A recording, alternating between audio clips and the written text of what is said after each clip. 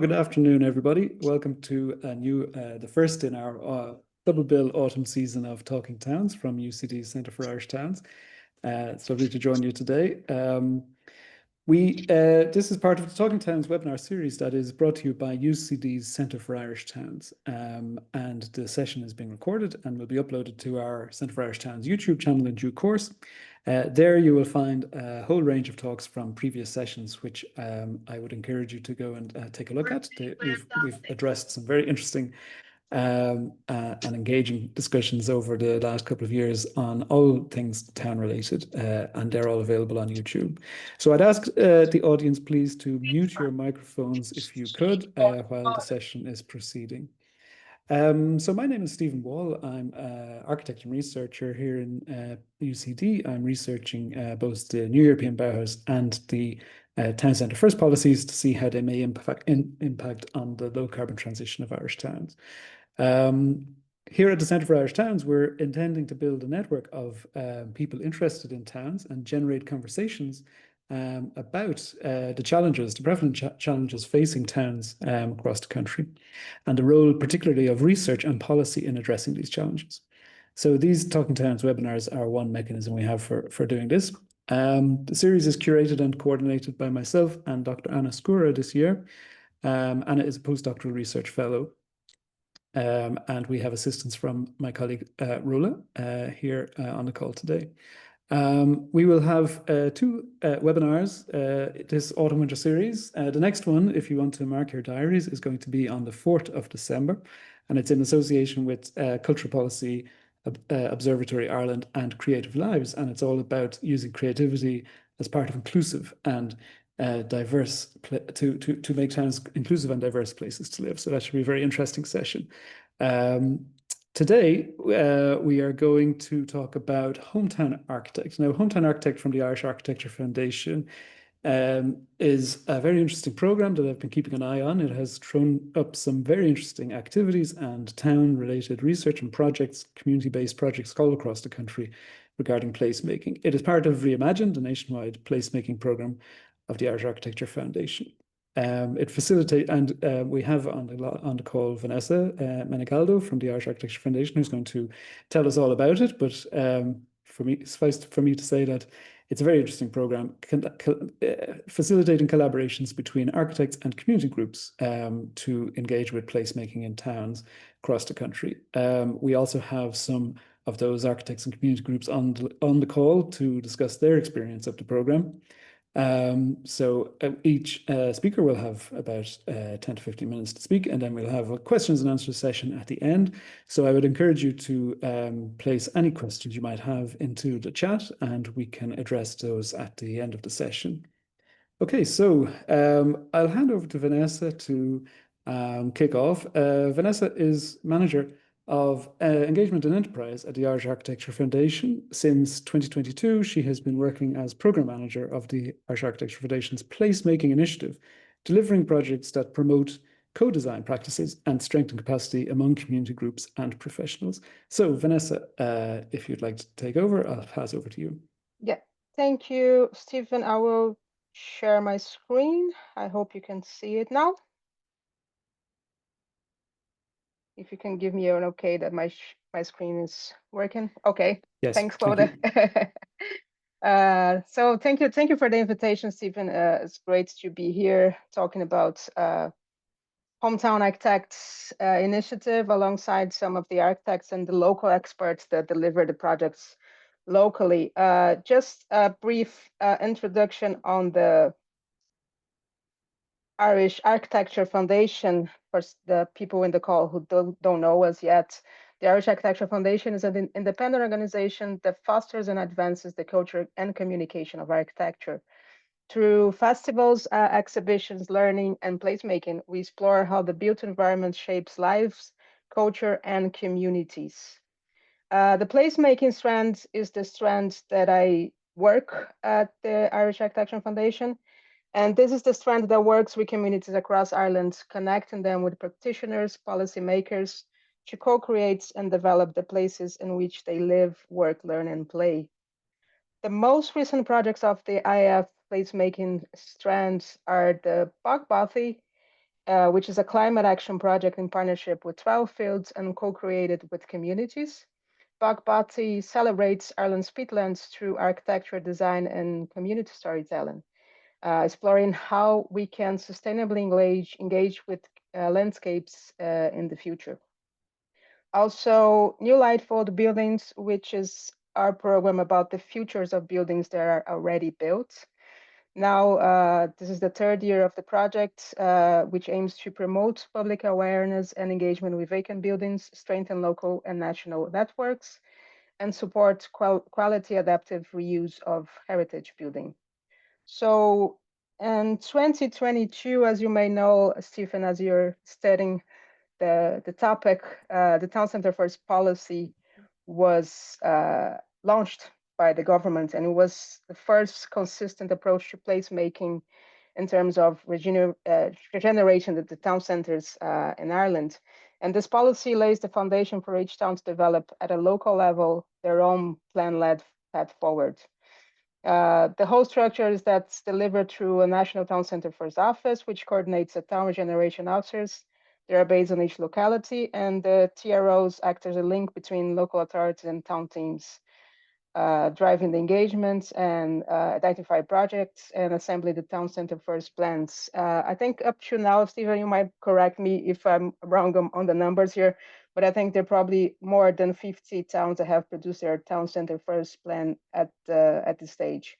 So in some ways, inspired by the Town Center First policy, the Hometown Architects Initiative was created, and it was devised to exactly to support the delivery of the policy by facilitating local communities to participate in a co-design process to envision the sustainable regeneration of their town centers. This is a community-led placemaking approach that recognizes the unique value of each town and understands that local knowledge is key in the effort to revitalize the town centers in Ireland. This project was funded by Arts Council and Department of Rural and Community Development, and the IF had an additional support by the Department of Housing, Local Government Heritage, and Hometown Architects run for 2 years. It was 2023 and 2024, and supported 8 placemaking projects in small and medium size across Ireland. The projects for Hometown Architect were all selected through an open call process, which invited proposals from teams that were formed by local architects and community partners. The proposal had to align with the Town Center First policy goals of creating town centers that function as viable, vibrant, and attractive locations for people to live, work, and visit. The selected teams received funding to deliver the project, as well as mentoring from the IAF placemaking team and an access to a network of practitioners. Now, I'll ask you to bear with me while I run through the 8 projects very quickly. So if you have any questions at the end, please ask them. We had eight projects. One of them was Auckland and called Wicklow, which had a creative process which used sensory walk, also walkability study, community survey, and activity map to explore the accessibility changes and opportunities in the town. In Belmullet, there was artistic intervention, installation in town square, surveys, workshops, and they engaged with the residents in a conversation to envision how the town's public space could be rejuvenated to better serve the community. Lisdon Varna had a 3-stage consultation process that engaged all demographics of the community, gathering their perspective and ambitions to producing a community-sourced vision for the town. Tipperary explored the possibilities of bringing vacant buildings into community use. The project team managed to track owners of property, which is a very hard thing to do for the people who work trying to rejuvenate vacant buildings around Ireland. And they liaised with the council to purchase one of the properties. In Tuam, which is one of the projects that you'll hear with more details next, the team hosted a series of engagement workshops, circulated online surveys, mapped vacant buildings in the town. And as for their final events, they opened up a building that had been vacant for 20 years and invited the residents to engage in discussions about the possible uses for those vacant properties in the town. Bailey Borough focused on a site that was identified on their own town center first plan. And the team delivered a series of engagements with the community and developed proposals to reanimate derelict lane on the main street. The Montrat was focused on the river, a local river, and there was workshop surveys along with architecture research, which culminated in an exhibition with ideas to create opportunities for the people of the town to re-engage with this river. And then Moville, which we also hear later from the team, the community took part in a series of conversations aiming at managing a new future for the town. The inclusive conversations produced community-driven proposals that were showcased during a festival day, an event that was entirely created and delivered by the community. So as part of the Hometown Architect Initiative, besides the funding the projects, we also deliver capacity building events that were tailored to support the communities and practitioners of placemaking. There were a series of webinars that were delivered by experts and presented topics such as fundraising, storytelling, process of placemaking, the town center first, and all of those online and webinars, they were recorded. People can watch them back, and they also are accompanied by a pocket guide, which is a very quick, easy to read toolkit that was printed and kind of work some sort of an introduction to each of the teams. So just in terms of summarizing, I think one of the key outcomes of Hometown Architect Initiative, it empowers communities because the whole process creates confidence, foster active participation, and also in some of the conversations that I've attended, people said that it gave them the language to be able to go and because sometimes they wouldn't know how to even say how they feel about the town. Why do they feel that the town is a bit off? And that kind of those processes gave them the language to explain themselves and express their concerns and express their ideas as well. Hometown architecture also support practice. The idea is also to create, in some ways, a kind of network of practitioners working in placemaking to share the knowledge.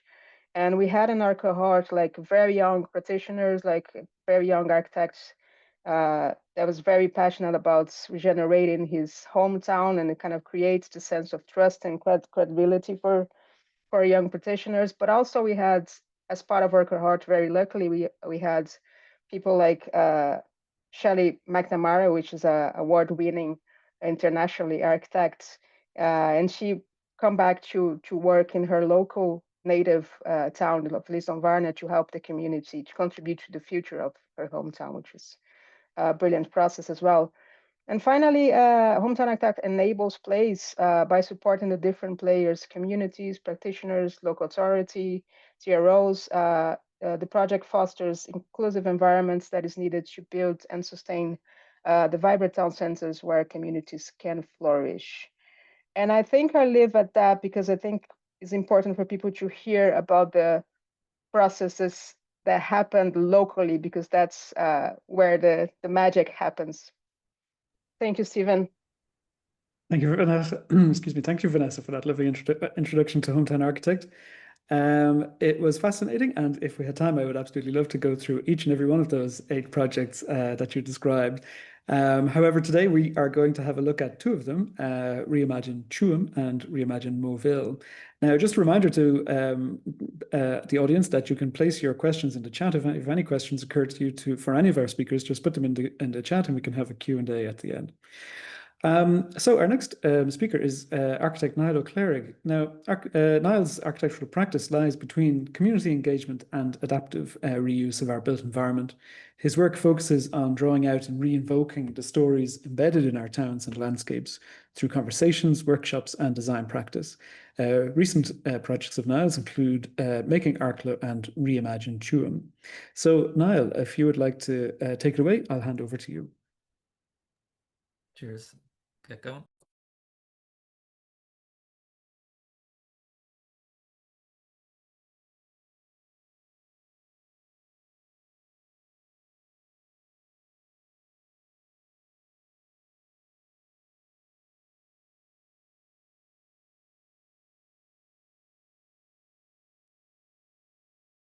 Hi all, thanks for having me on here today. Welcome to Reimagine Tuam. So I'll fly through this as, give enough information in the few minutes I have. So Reimagine Tuam, it's been a long road and a very exciting and interesting journey with the community of Tuam. We ran this project supported by the Hometown Architects, by the Irish Architecture Foundation, and it was a collaboration with the people of Tuam, along with Creative Places Tuam, Helena McElmeal Architects, and myself. Creative Places Tuam have been in supporting the community Tuam for quite a while now. They set up shop there in about 2020, and their objective is, to create an arts and culture program for Tuam, to using Tuam as kind of as a stage or an avenue for supporting the community to develop their own voice artistically and culturally, to generate their narratives and ideas. And the work they've done in Tuam is phenomenal. And essentially they hosted us and brought a group of people together for us to work with, and that expanded out over time. Helena McElmeal Architects, you might know, works between architecture and placemaking, and has done a few similar works around and projects around the district. And then myself, introduced by Stephen nicely there. That's pretty much what I do. And basically interested in getting people talking about where they live. As simple as that may seem, it's challenging, but there you go. So I'll just give it, how this all came together. Well, essentially in 2022, we started off our engagement, our journeys essentially with Tuam through the Architecture on the Edge Festival back in October that year. And we felt at the end of that process that we just couldn't leave it there. We had to come back, and we felt almost indebted to the community. Just couldn't leave it. So the opportunity came up with the Hometown Architect, and through an open call, we put in a bid and formed a partnership with Helena McElmeal Architects, and that came together as the Tuam Hometown Architect. And so where did this conversation start, and how do we start to analyze the town, or start to get a feeling for the place? Well, our journey began really with asking somewhat of an emotive question through, at that point, it was qualitative rather than quantitative research. And we simply just ask, how does vacancy and dereliction in Tuam make you feel? And as you can imagine, the response was rather negative. And really, from the feedback we get, it does have a profound impact on people's lives, on their sense of place and the pride in that place that they live in. And it's not at all the condition that the town may lie in by through various factors is not at all representative of that kind of powerful spirit. And believe me, Tuam's a magic place, and the spirit in and the talent in that community is unreal. And I fell in love with the place, and the and unfortunately, as we've seen, through much of the kind of activism around this, particularly, with Frank and Jude, have been pushing it, that we can see that this is not a Tuam problem. This is a problem that exists everywhere we live. And so to try and push that forward in this 2-day workshop where we started out, we basically got a group of people together to walk around the town, did a walkabout basically, and had a look at the town a little differently, and start to Thank you so much. trying to gather really the kind of a feeling for the place, and uncover those kind of social stories and histories of the town, to get a feel for where people's pride was in the town, or what would be the focus of how we move forward with this. What do we prioritize? What do we focus on? And what kind of change would people like to see? And there we got going, a few months later than that, we started up the Hometown Architect, and we brought people together. Some of the people that participated before, and the group just grew and grew and grew over the period of time. And as more people learned about what we were doing, and we started out, as simple as just recording looking back at what we had already kind of uncovered, and then recording further, kind of, the beginning of a kind of a quantitative research, where we start to understand what were the key issues, what we're going to look into here. And I guess importantly, as part of this, what we did is kind of, we reflected, and then we start to set out the framework for our approach going forward. and how we might run through the process of uncovering and finding solutions. And there we set up that we'd have a series of community workshops. We do kind of a walk and talk vacancy survey, an online survey, and then engagement with the local authority to keep them clued in on where we're going with this.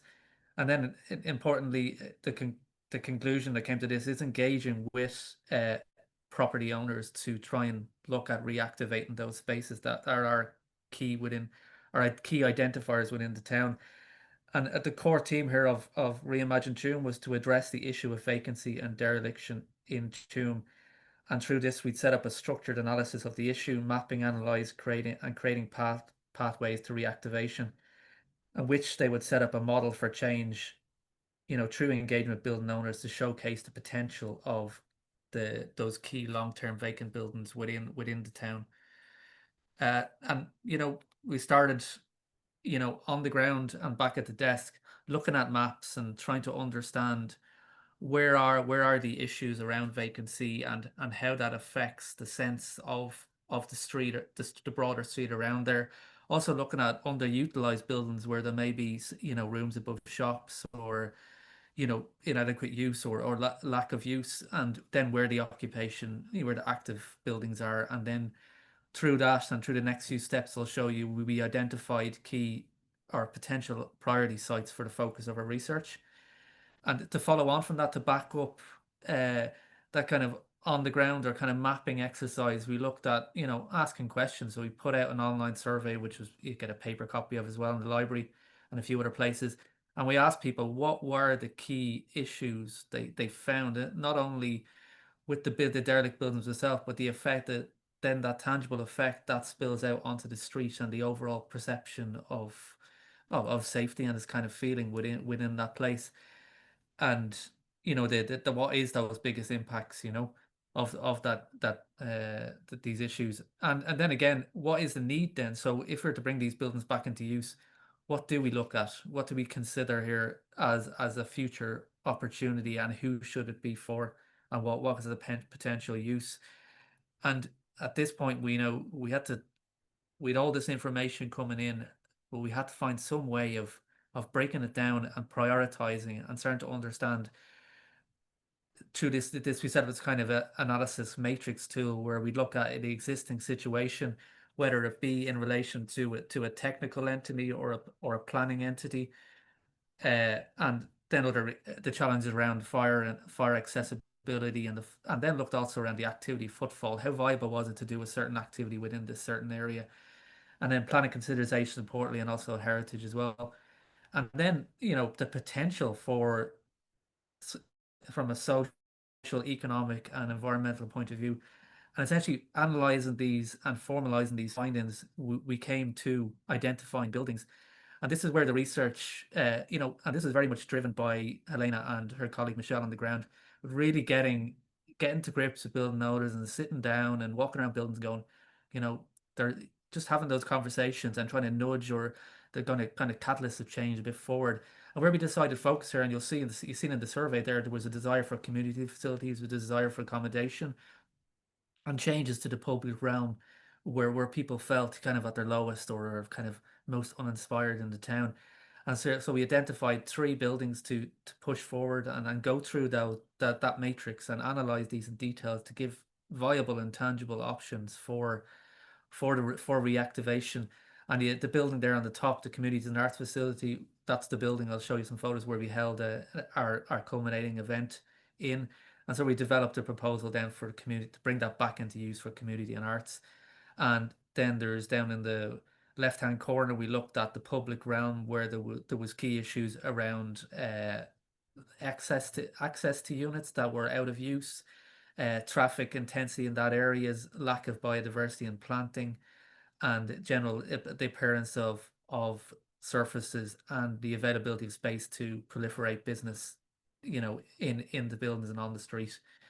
And then it's important here to celebrate the efforts. We were there to facilitate and to bring the conversation forward, but without the community, it wouldn't really be anything.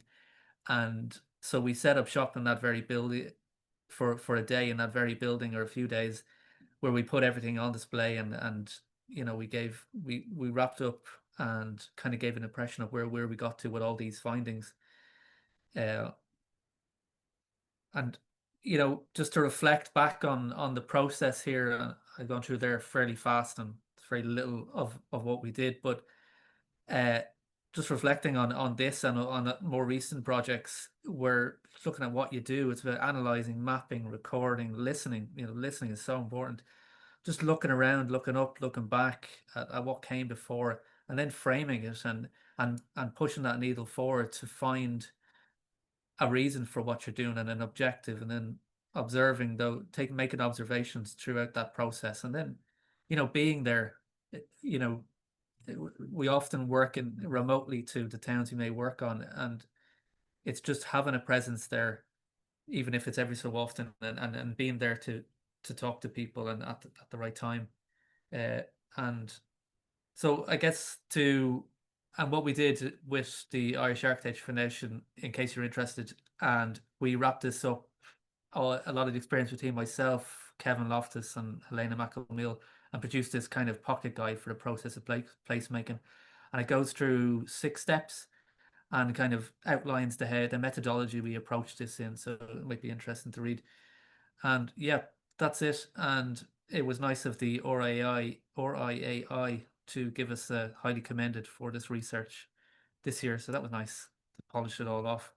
But that's a whirlwind of Reimagine Tuam. Thanks for that.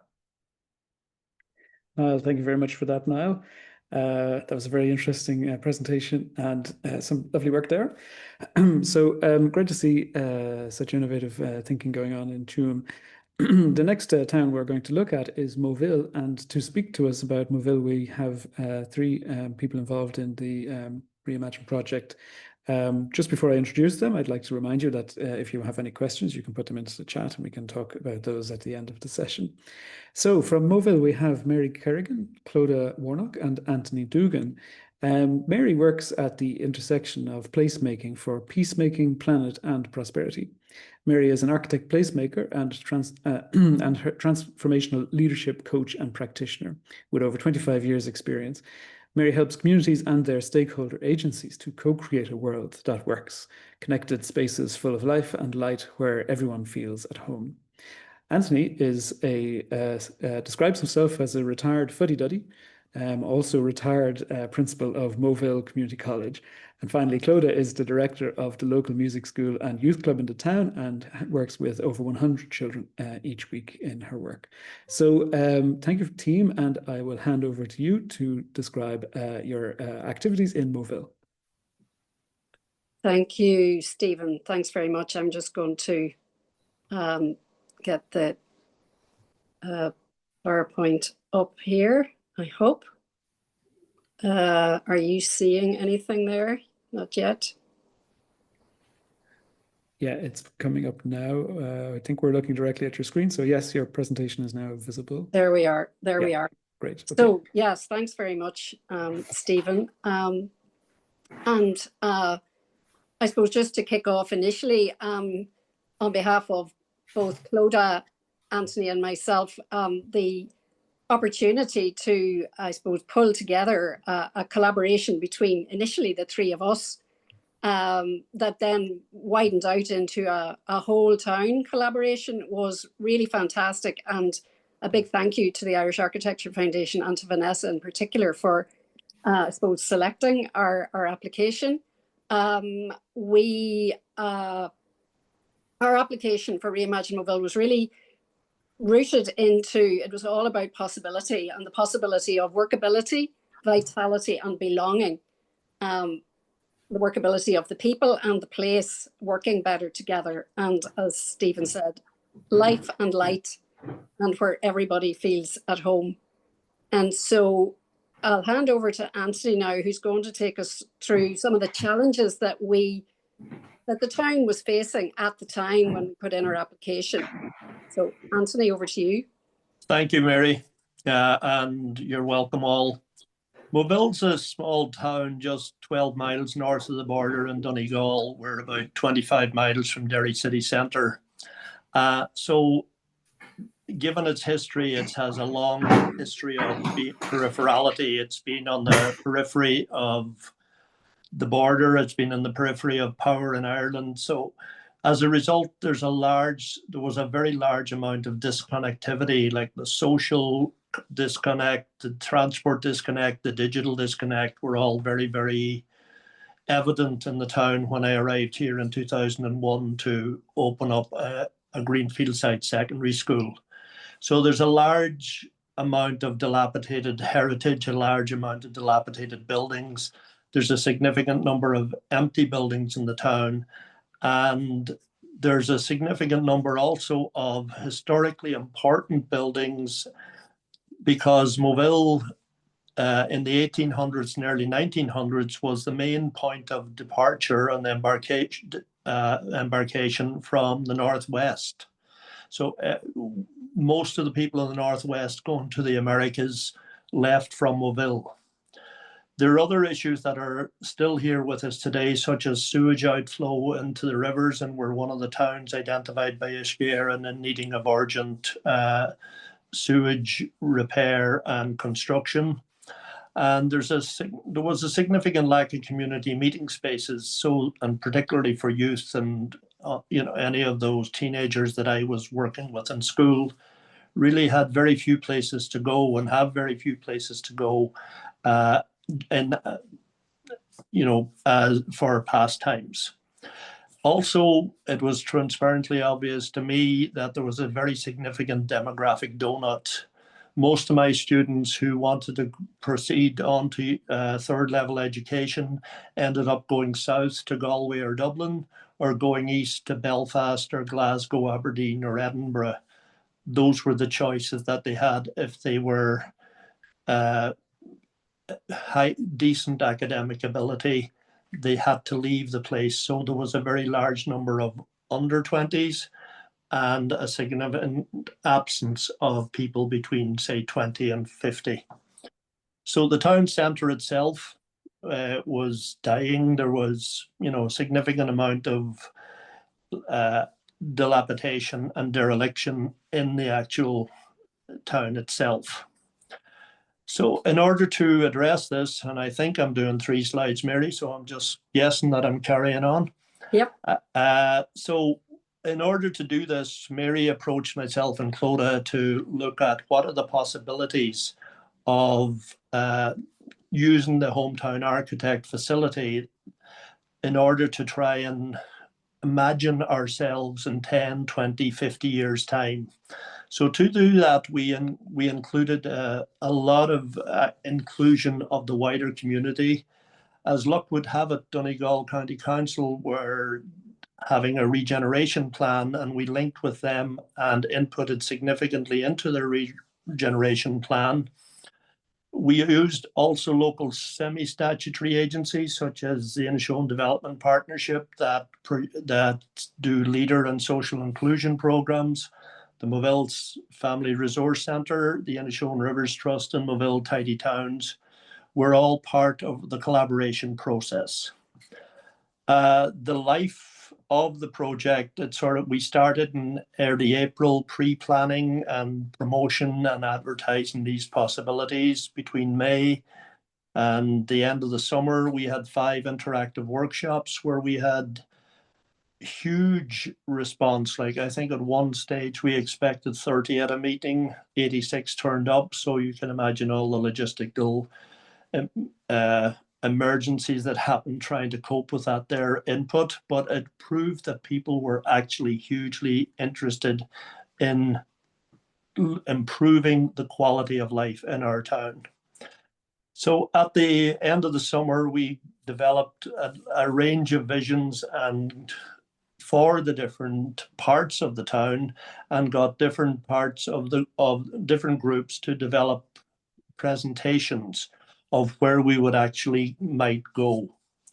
It all culminated in the 19th of September when the community presented to Donegal County Council Regeneration Team and to the whole community, out on the street, and told them this is what we would like Moville to look like in the future. And with that, I'll pass you on back to Mary. Thanks, Anthony. Thanks. So this is, in terms of the outcomes, the fairly rapid outcomes that came from our fast and furious process of workshops and inclusive sessions. This is one of the groups that had emerged out of all of our time together, presenting to the Donegal County Council Regeneration team on very professional, as you can see, graphically designed panels. Their vision for, I think, the area of the town that includes the Bath Green, the famous Bath Green, and part of the Shore Path, as well as the St. Eugene's Hall, still in use, and an area, a derelict building on the other side of the street. And when that particular presentation was complete, one of the architect consultants working for the council commented that the community really knows what it wants. They're way ahead of us. So we had that as an outcome fairly quickly. Then this was the council presenting back to the community through their public consultation process on the regeneration plan, the ideas that the community had given to them. And one of our Reimagine Moville participants coming out of the public presentation commented, the feeling of seeing our ideas become part of a plan that could significantly affect people's lives was so emotional and exciting. And then a third outcome on the back of our successful application to Hometown Architect was a separate successful application to the Heritage Council, who funded a community-led integrated historic Moville conservation plan, which we believe may be the first of its kind in the country, in the sense that it's integrated, meaning the integration of built heritage, natural heritage, and cultural heritage. And we ran something like, I think it was upwards of 19 different engagement workshops and guided walks. And we collaborated with the second year architectural technology students and construction management students at ATU in Donegal in Letterkenny. Their students came and spent time with us over a 6-week period. So this document is now at draft stage, and so those are some of the immediate outcomes that came hot on the heels of our active workshops. And maybe just to say a little bit about our process, it was really a kind of like a 3-legged stool. Engagement, the engagement of the people with each other, as well as with their place, the town of Moville. And I know the feedback from one of the very early workshops were things like people saying, thank you for bringing us all together. So there was, just literally getting to know who was around, and there were people there who'd been there their whole entire lives. Our age group spanned from 92, one of the town's oldest residents, down to one of our youngest participants was 12 at that first workshop. And then we moved on through a series of engagement sessions. We moved into the empowerment phase, and we went off on a bus together, off to Derry to visit exemplary regeneration in the city of Derry, not that far away, and also to Letterkenny, where some amazing work had been happening over previous years in Church Lane, which many of you will already know about, under the amazing leadership of Donnan Harvey there. And then the third piece was our envisioning process, and really envisioning a new future for Moville. And I think at this point I hand over to Clodagh, who's going to say a bit more about that. Hi folks, that's me, second on the left beside Caroline. I know both Murray and Anthony have touched on this, but really the secret to our success was the age demographic, that not only did we have all age groups, but we also had very outspoken young people that got involved in the process. Everybody was put together. We not only talked about a wish list that we wanted, but we got some of the older people who had lived in Moville most of their lives talking about their memories and what the town used to be like. And then some of the younger people realised, gosh, wouldn't it be lovely to have that again? So it focused people's minds, not only going forward, but also on the back. here's one of our young people here, a fantastic fiddler and pipe player who has recently moved back from Dublin, and she's engaging. This is the quietest girl in the world, but here she is actually engaging with people. She sort of typifies the energy that was in the room and the excitement about the project. So it was a fantastic project for people to get together. Everybody had their own ideas. And yes, of course, we had the begrudgers who didn't want to see any changes. And we talked to them as much. And whether they've changed their minds or not, they did definitely add to the overall landscape of the picture and added their little bits and pieces. So it really was a combination of everybody's ideas and thoughts that went on for weeks. A very, very successful project altogether. What we're seeing here are some more of our young people, and this was on our big celebration day, which was in September time, I think it was, where over 100 people got together to try and celebrate. Anthony mentioned that we divided the town into different sections because not everybody had the same ideas for the same parts. Unfortunately, there's quite a little bit of work needed done in the town, so it was quite easy to divide it into 4 sections. And each group took on their section to see how things could be improved. We looked at all sorts of artistic projects. We looked at dereliction. We looked at roads, seating, everything that could be done. And that just typifies what happened on the day, where we have 2 young girls dressed as butterflies, I think they were, and they were tying their wish ribbons on the wish tree, which is in the middle of the town. So it was a great celebration, and the sun came out and shone for us. We looked at some old games that they would have played in Moville, and as Anthony mentioned, it was a major port for people leaving our world or leaving our town and going off to the new world in America and Canada. So we depicted scenes of the famine era on this little back street. I had 20 or so of my musicians dressed in famine clothes playing, all just trying to show what the town could put forward. We've got so much history. This was the history lane, and we were trying to say that this is something that we should be incorporating into our future. Here we have, as it was mentioned at the beginning, I run a music school, and we have over 140 children come for music lessons, and adults, I may add. Can't quite beat the 92-year-old, but I do have an 86-year-old. This is just, we had a come and try episode where if we got some of our wish lists in the town, there would be new music areas, new history areas, exhibition areas, places for performance and recitals, etc., etc. So this is just another idea that we had on our day, on our big day. And each group produced different ideas. Well, this was the group that the 2 girls that you saw at the beginning, Caroline and Maeve, were involved in. They produced these big wish list posters where you saw what we have and what could be, and it was a great visual thing for people to see, when particularly when they were standing there, when they were looking across at derelict sites and able to say, gosh, what a wish list, what could we have?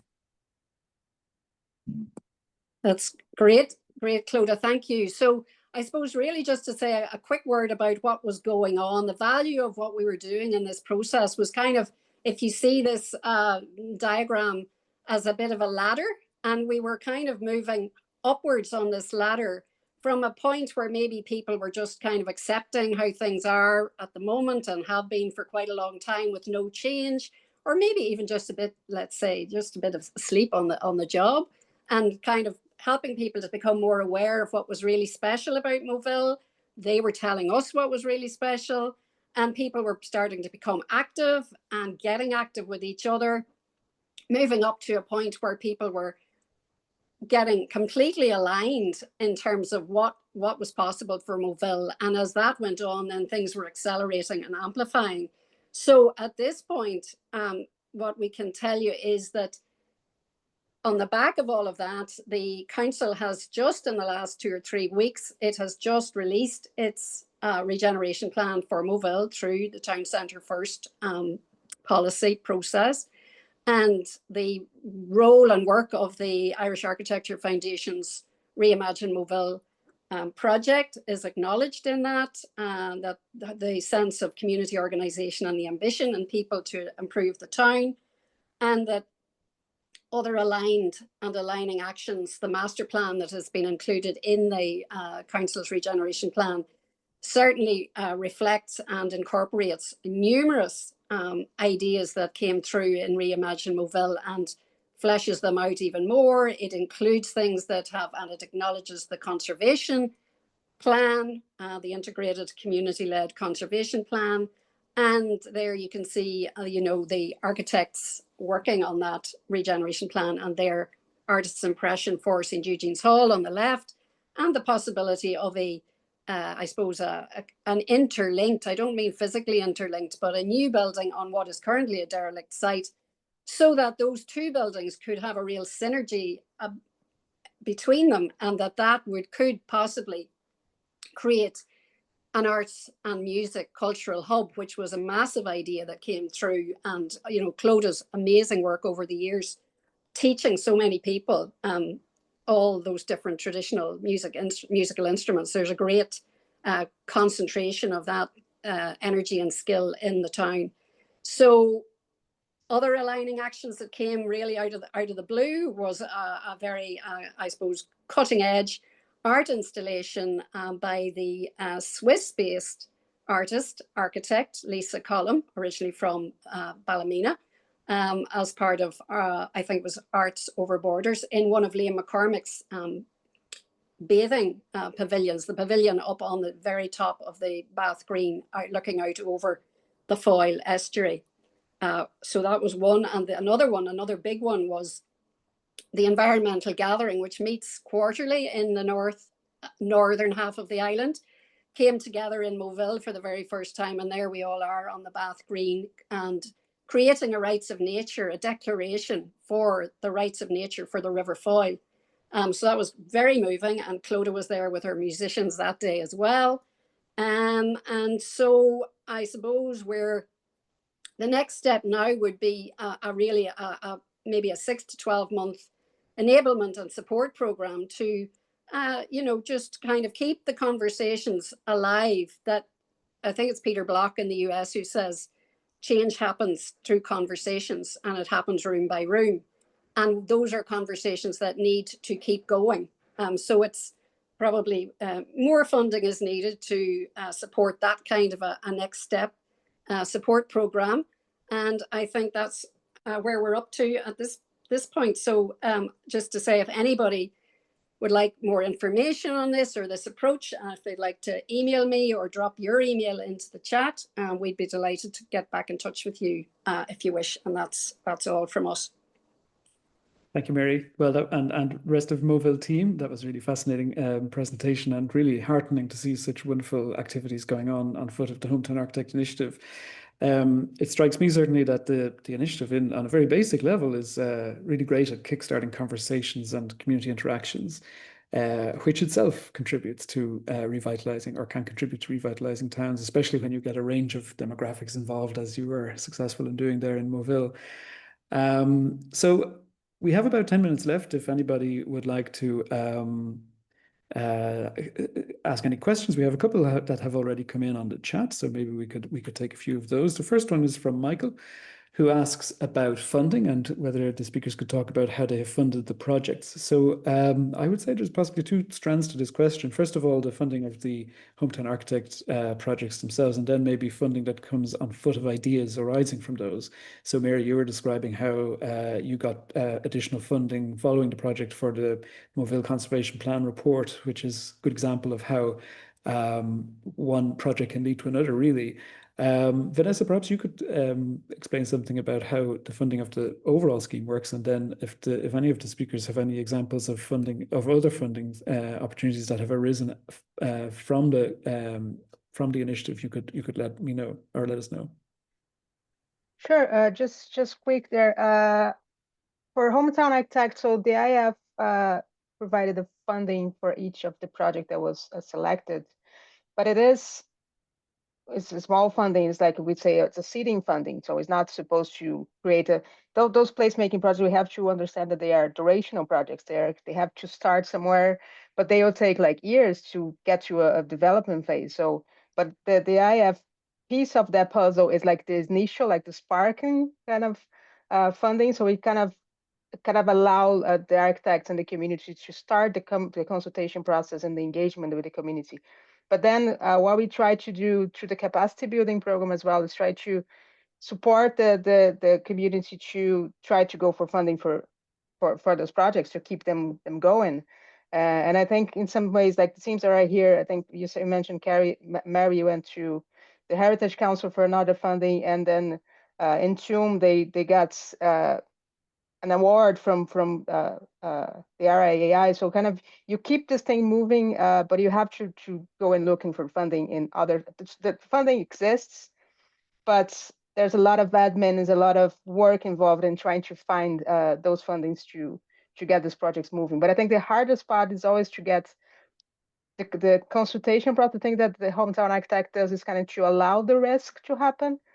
Because a lot of those projects, especially for Moville, which I think is a fantastic project, that there wasn't like clear outcome of what the project would be. They just say, we want to revitalize the town, we want to bring energy to the town, and that's what we want to. We didn't want, and we didn't want any projects to say, oh, we're going to take this building, we're going to build something new on this, and that's what we didn't want any projects that had a fixed outcome.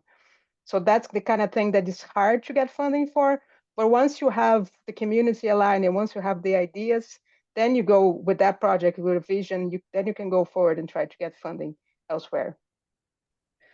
Okay, thanks, Vanessa. So yes, the hometown architect acts as a sort of generator of ideas that may proceed and get funding elsewhere. And we've heard a lot from Moville about next steps. I wonder, Niall, could you maybe tell us, is there any activities arising on foot of the project in Tuam, or how do you manage to keep conversations going, conversations that started during the project on the ground? Would you have any comment on what happens next? So what happened next essentially is the structures of the groups that organize within the town had reset, because alongside with Creative Places, that was starting to draw out as such as a project, and it set up another structure or entity to keep pushing the envelope forward. And so at that level, may or may not part of our initiative had an impact on some of that and the formation of that group. It can't certainly say that was the case, but I think as Vanessa says, we were the catalyst for, or the facilitators for discussion as such. And I think on funding, one of the buildings we did move forward to try and activate, and that proved rather challenging on a technical level, on a funding point of view, and that's certainly something to watch out with, particularly around ownership and tenure. Is something that's really challenging, because these funding streams, whilst there's loads of them available, not loads of them, but the major funds, there are very strict rules around what is a viable property, and it's certainly something to watch out. So if you're focusing on a particular building, be very sure of that it aligns with the funding rules, and that proved a real game changer. And it was so. And from a funding point of view, that's, I think, my experience. And there is, to move the conversation side or the design perspective, there is plenty of funding there through Heritage Council, through Irish Architecture Foundation, and similar initiatives. But to try and tangibly change things can be very challenging, unfortunately. And that's a real sticking point in Tuam and in other places. It's unfortunate. Okay, thanks, Niall. Which brings us on to a question from Ola Murphy, who asks about Town Centre First, and maybe there might be potential supports from Town Centre First. It's the policy and under its remit. So, Vanessa, you mentioned that the hometown architect was partially inspired by Town Centre First. And is there any? Could you respond to Orla's question then? The maybe describe the relationship between hometown architect now and the Town Centre First policy. Sure. I think the project came up right after the launch of the Town Centre First policy. So the whole structure is being created while the first cohort was developing their project. So it was kind of happening at the same time. So maybe if we had waited for another year or so for the structure to be in place, maybe the relationship would be easier. I think in some ways, the Town Center First, it operates separately. They had some support. In the second cohort, we had 2 of the teams that were Bailey Borough and Montserrat. They were working on projects that were identified through the Town Center First plan. So we had town regeneration officers that were working in those projects. So we kind of, the IF kind of supported those, the plans that came from the Town Center First policy. I don't know exactly how it is now at the moment because the second cohort finished last year and I haven't been in touch since. So it would be interesting. I'm really interested to hear how the Town Center First is developing at the moment. I know there's also the process is kind of tricky for town regeneration officers because they also have to apply for funding themselves. So it's not that they have a pocket of money they can just distribute. It's not how things work. So I think there is this challenge as well and how the structure was implemented, that's, I think, in some ways. So it's not as straightforward as it could be, maybe, but it is an attempt, which I think is always a plus. Yes, and that reflects a comment from Paul Leach, who questions the amount of local funding in Ireland, comparing our 8% to Denmark's 68%. And I think there is a big conversation to be had about how local government is funded and how these projects might be better funded locally rather than centrally. Just a couple of more questions before we wrap up.